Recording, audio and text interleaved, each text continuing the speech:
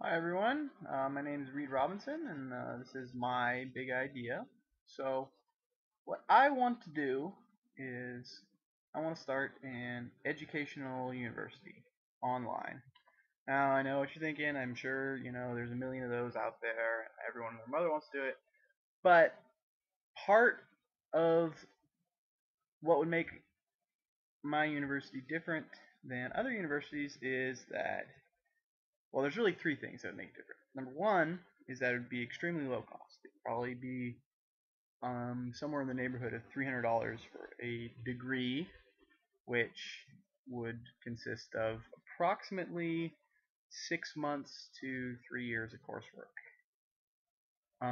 The second thing that would make it different is that, at least initially, it would guarantee a certain number of placements in companies with the degree that you would want to do. And the third thing that would make it different is that, and this is how the cost would be so far down, was that it would be basically mostly user generated content. Okay, so why do we need this? Well, there's a number of reasons why we need changes in our education system. Probably number one is that education costs too much. So why does it cost too much? There's a number of reasons. It's expensive to pay lecturers. It's expensive to have facilities and laboratories. It's expensive to run the overhead for a campus. And generally speaking, it's expensive because it's a high quality education. Now, the thing that we have to think about is, in today's digital age, is this particularly useful to have a very costly education? And I'm going to give you a couple scenarios where it isn't. Okay, so scenario one is you have company one, right? And they want to hire someone at an entry level position in, say, suppose this company makes computer software and they want to hire a new computer software engineer. They could hire someone who has a computer science degree if they hire him from a prestigious university. So here's their option one: is they hire, you know,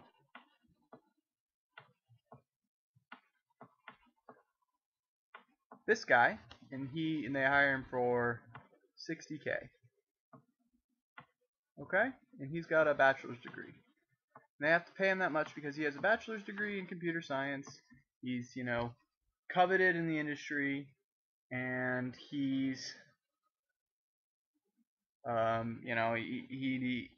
he expects that much. So, what are the problems with this? Number one is this guy doesn't necessarily want to do what this company is doing. He doesn't know. He also may not necessarily be trained to do the things that the company needs him to do. So the company is still going to have to invest some additional training above this $60K that they've invested in this guy to bring him up to speed. Then the company has to worry about turnover. This guy's going to have a lot of options. He's going to want to go a lot of other places. He might jump ship, go to another company, and then they have to start this whole process all over again. So the company's alternative is to hire someone without an education. Okay? Alright, and he's going to be much less expensive. Right? He's going to be, about $30K, say.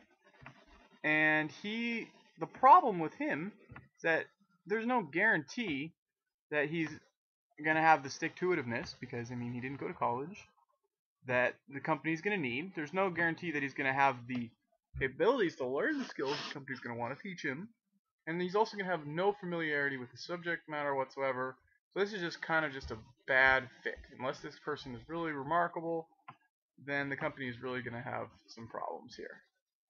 So what we want to create, I think we want to create option 4, and option 3, and this used to be the space that trade schools were in. And so this is where you create someone who's kind of the mid-level of these guys. So he's making 45K for the company. And basically, what this guy did was he went and he took an online course. And he took an online course in computer science, because this is what we're doing. And he fulfilled all his coursework, and he got in contact with the company. What's good about this guy? Well, there's lots of benefits to this guy. Number one is that the company knows that he's really interested in computer science, because it takes a lot more motivation to actively pursue an interest than it is to go to school and major in something. I mean, you have to, if you're constantly going out and doing your own research kind of in an online setting where it's more self-directed, then you're generally speaking going to be more passionate about what you're doing. Also, this guy is going to be more interested in doing whatever this company has to offer him, because likely he's going to have entered in our specific online university. He's going to have entered in there with the idea that he wants to work for a company doing X, Y, and Z. So he's already kind of steps ahead of both of these guys for that reason.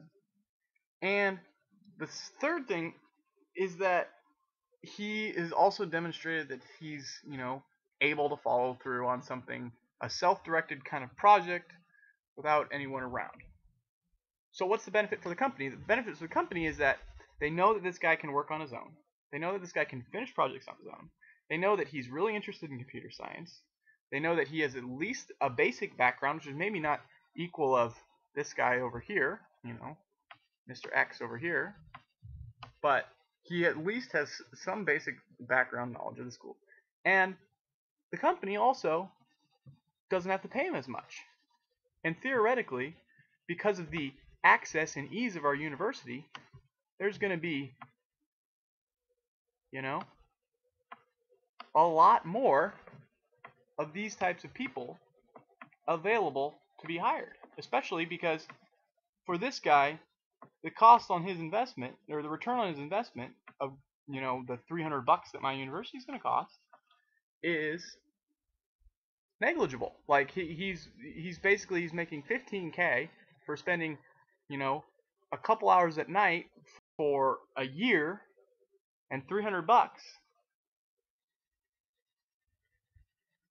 So there's no reason for people to not do this. So you're going to have, more and more 45K people going on.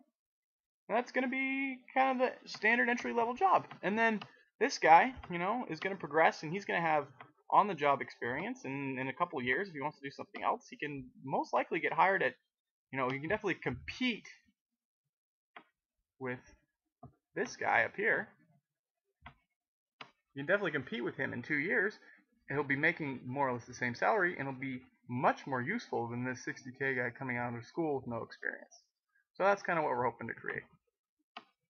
So how's this going to work? So I built a little sample for a website. I was going to take you through that. So let me see here. So first thing you're going to do is you're scrolling around the internet, right?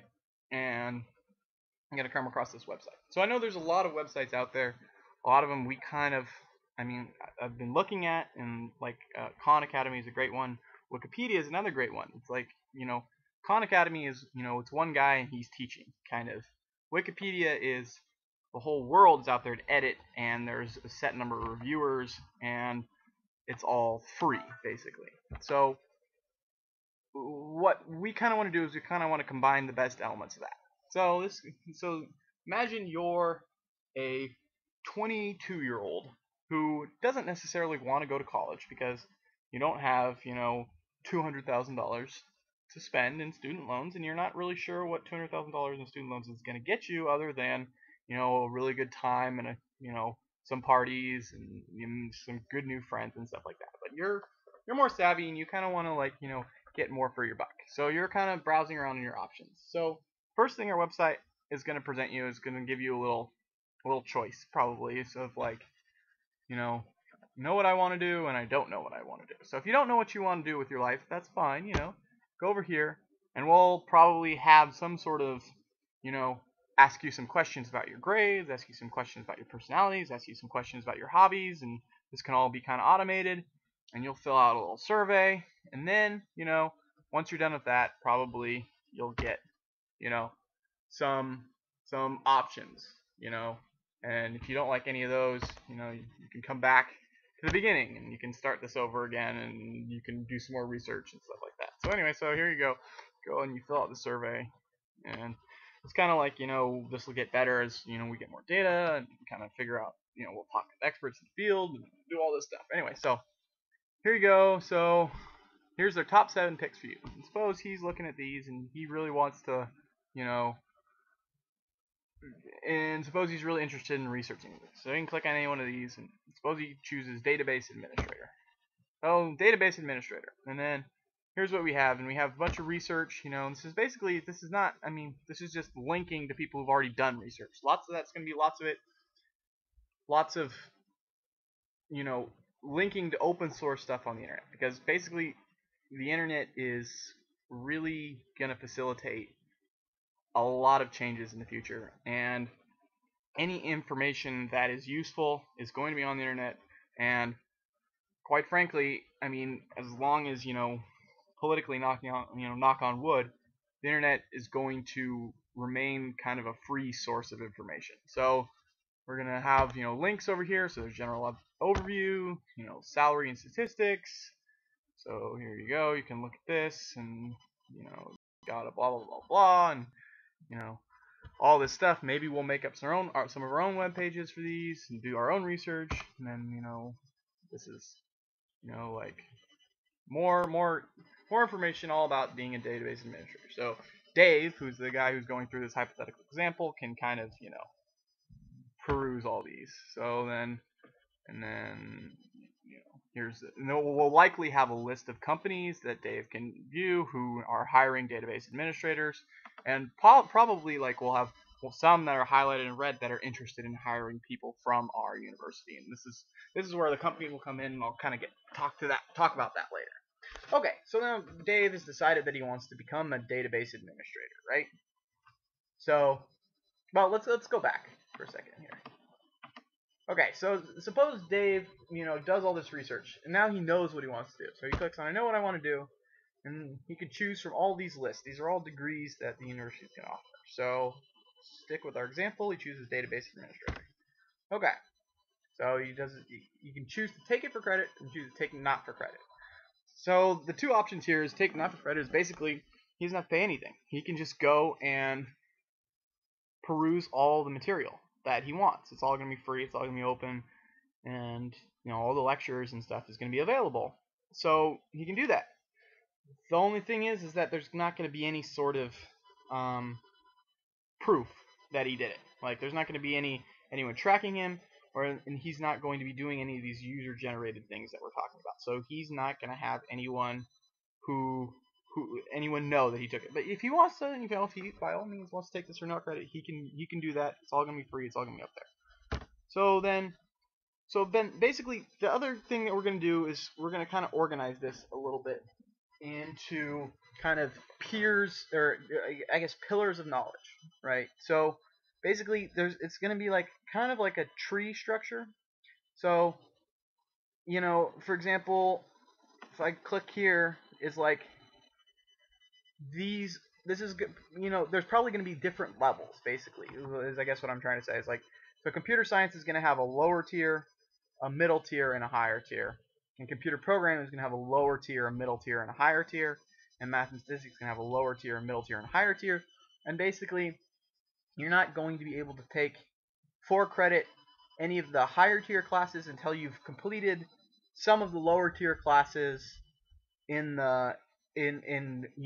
any one of these 3 pillars of being a database administrator. So if, for example, you want to take advanced computer programming number 3, in the highest level of the computer programming tier, you're all probably going to need to satisfy most of the lower tier of math and statistics before you can take that class for credit. Okay, so it's just